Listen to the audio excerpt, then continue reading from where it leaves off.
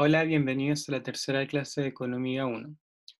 En esta sección vamos a discutir pobreza y desigualdad, y específicamente cómo se mide la pobreza en Chile. Entonces, en el video pasado habíamos destacado cuál era una de las características principales de las economías capitalistas y habíamos dicho que era la constante expansión de las fuerzas productivas. Es decir, que el capitalismo genera que la productividad media del trabajo, es decir, lo que puede producir un trabajador en un periodo determinado, siempre vaya en aumento. Esto lo podemos observar en el siguiente gráfico, donde observamos la evolución del PIB per cápita tanto de Estados Unidos, de Inglaterra y de Chile desde 1840 hasta 2010. Podemos ver que las tres líneas para los tres países se van elevando. Es decir, que podemos ver que el PIB per cápita de estos tres países se va expandiendo en el tiempo. Pero hay otras dos características importantes a resaltar. La primera es que el PIB per cápita no se eleva constantemente a lo largo del tiempo, sino que existen subidas y caídas en el PIB per cápita a lo largo del tiempo y esto va generando una tendencia positiva. Es decir, que hay periodos en que se elevan las fuerzas productivas o se eleva la producción por habitante y en periodos en que cae. Por ejemplo, si observamos a Estados Unidos entre 1920 y 1940, podemos observar una caída considerable del PIB per cápita. Dicha caída es la Gran Depresión. Podemos observar otras caídas, por ejemplo, en Chile en 1980, otras en Inglaterra en el mismo periodo, etc. Entonces, de esto se desprende que el capitalismo expande sus fuerzas productivas, pero las expande de forma cíclica. ¿A qué me refiero con cíclica? A que hay periodos en que eleva esta capacidad productiva, es decir, eleva la productividad y el empleo, y existen periodos en que el empleo y la producción caen. Y lo segundo a recalcar es la diferencia de estos tres países, en el sentido de que no todos los países desarrollan sus fuerzas productivas de la misma forma o en la misma velocidad. Esto quiere decir que la velocidad de desarrollo de las fuerzas productivas en el capitalismo no es la misma para todos los países. Hay países que van a crecer más lento y países que van a crecer más rápido, y esto va a implicar diferentes grados de productividad de trabajo alrededor del mundo, lo que se traduce en desigualdad entre los países, en que haya países con mucha productividad del trabajo, países con una productividad del trabajo media y países con una baja productividad del trabajo. En este mapa mundi podemos ver el PIB per cápita de cada país en 2018. Los países más oscuros, los que estén más rojos, son los países con mayor PIB per cápita. Es decir, que dentro de los países con mayor productividad del trabajo se encontraría Canadá, Estados Unidos, Europa, Australia, Japón. Los países que están en naranja serían los países de ingreso medio, entre los cuales encontramos América Latina, el sur de África, África del Norte y parte importante de Asia. Y los países que estén en más amarillo, que estén más claros, son los países de ingresos bajos o países con una muy baja productividad del trabajo, entre los cuales contamos algunos países de Centroamérica, zonas del sur de Asia y partes del centro de África. Entonces, ¿qué nos quiere decir este gráfico? Que la desigualdad entre países, medidas como la diferencia entre su PIB per cápita o las diferencias en sus productividades medias, es muy grande en el mundo actualmente. Es decir, que contamos con países muy ricos, países donde existe una muy baja productividad del trabajo. Los impactos en la tecnología y la acumulación de capital y por ende los aumentos en la productividad del trabajo no se propagan de la misma forma en las distintas partes del mundo, sino que se tienden a concentrar en ciertas zonas geográficas.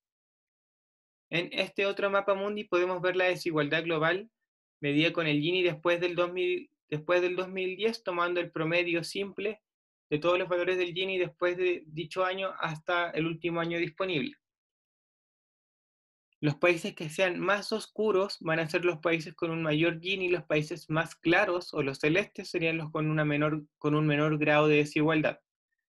Por ende, del gráfico podemos destacar que las regiones más desiguales del mundo serían América Latina, el sur de África, partes de India y partes del sudeste asiático. Y por otro lado, las zonas más igualitarias del mundo, o los países con el menor Gini, serían Canadá, Europa, Japón y Australia. Y los países que están en azul serían los países con un grado de desigualdad media, como Estados Unidos, China, Rusia, etc.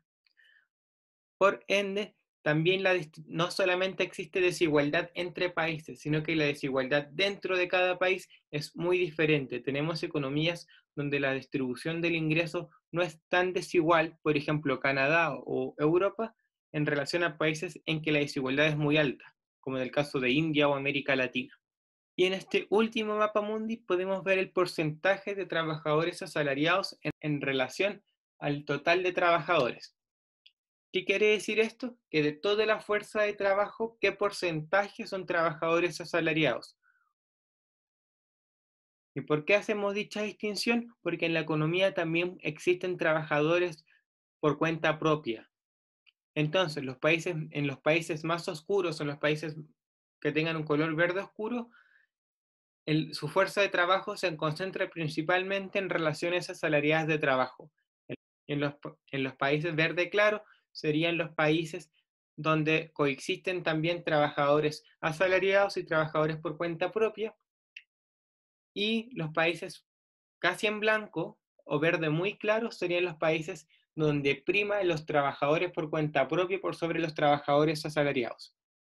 Entonces, podemos ver que el trabajo asalariado se concentra principalmente en Europa, América del Norte, Rusia, Australia, el sur de África y el cono sur de América Latina. Pero van a existir otras regiones del mundo, por ejemplo, China, Colombia, Perú y Ecuador, en que van a coexistir relaciones de trabajo asalariado con relaciones de trabajo independiente. Y por otra parte, en las zonas del centro de África y del sur de India, la mayor parte del trabajo toma forma de trabajo por cuenta propia, es decir, las relaciones asalariadas, que habíamos dicho que es una de las características principales de las economías capitalistas, no son la norma. Es decir, tenemos economías capitalistas en que solamente una pequeña fracción de la población o de los trabajadores son trabajadores asalariados y un porcentaje importante son trabajadores por cuenta propia. Por ende, el capitalismo no genera las mismas estructuras de trabajo alrededor del mundo, sino que van a existir diversas y heterogéneas estructuras de trabajo en distintas partes. Una vez destacado esto, vamos a explicar cómo se mide la pobreza en Chile. Tenemos que entender que podemos medir la pobreza de dos formas. La primera es una medición unidimensional, es decir, que solo considera una dimensión de la pobreza, que sería la pobreza de ingresos, o entendiendo la pobreza como faltas de ingresos monetarios, en dinero. Y para establecer el porcentaje de población que vive bajo la línea de la pobreza, se establece un límite de ingresos que debe tener un hogar para ser considerado pobre o no pobre. Estas líneas de las pobrezas son elaboradas por el Ministerio de Desarrollo Social, y las que se presentan en esta tabla van a ser las que se publicaron en febrero del año 2020. Por ejemplo, si en mi familia o en mi hogar, con la gente que convivo, vivimos 5 personas, los ingresos de estas 5 personas tienen que superar los 524.000 pesos. Si nuestros ingresos no llegan a ser 524.000 pesos, seríamos considerados como pobres en términos unidimensionales. Pero es importante entender que la pobreza no es solamente un asunto de falta de dinero. La pobreza es multidimensional. ¿A qué me refiero con que sea multidimensional? A que se experimenta en dimensiones mucho más amplias de la vida de las personas. Por ejemplo, una persona puede sufrir muchas desventajas al mismo tiempo, por ejemplo, no tener acceso a agua potable, tener poco acceso a la salud, tener un trabajo precario, estar cesante, etc. Entonces, otra forma de medir la pobreza es entendiendo la pobreza multidimensionalmente. Y entender la pobreza de una forma multidimensional nos va a permitir identificar las personas que se catalogan como pobres multidimensionalmente y la forma que toman su pobreza.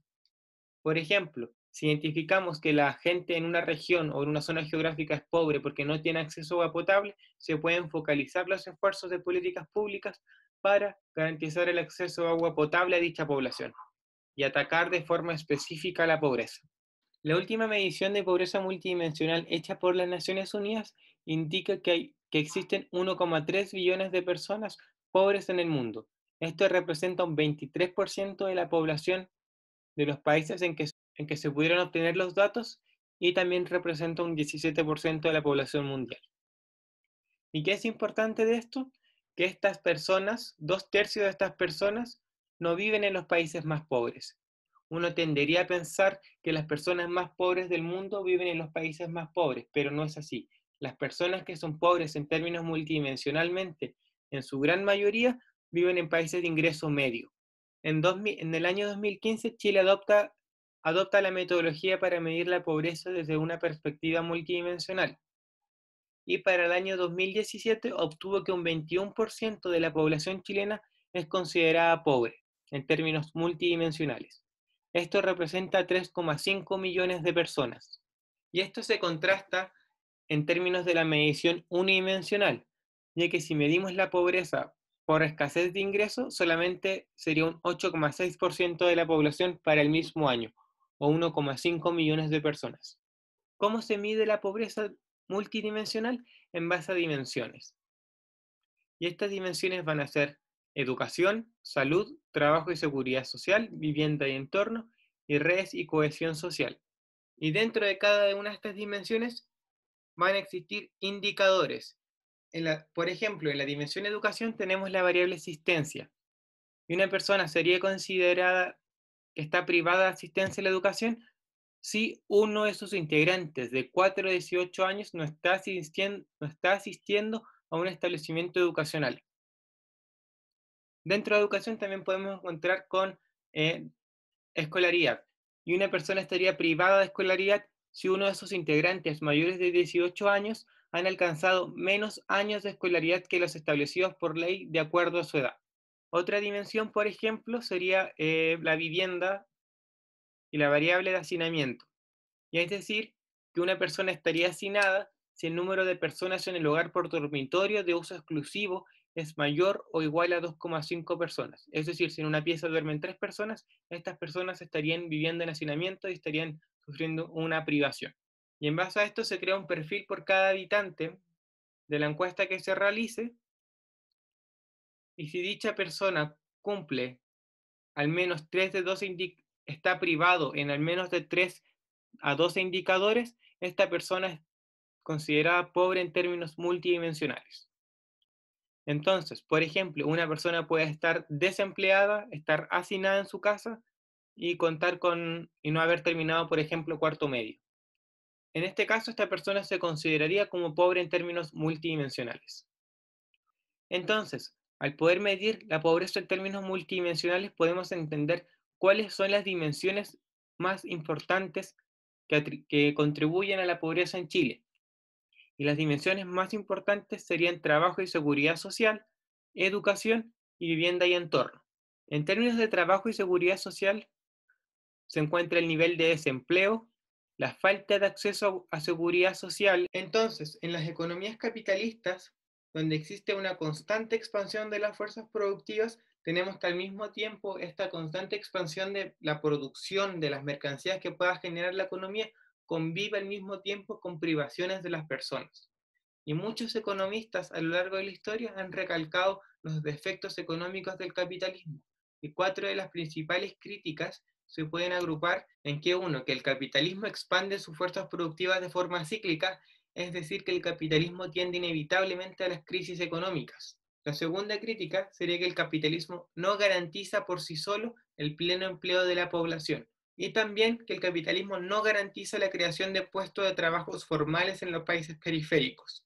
El tercer defecto sería la arbitraria y desigual distribución de la riqueza. Y la cuarta sería la destrucción medioambiental que cada día es más evidente. Por lo cual, cuando estudiamos economía, estamos intentando estudiar cómo funciona el capitalismo como sistema económico.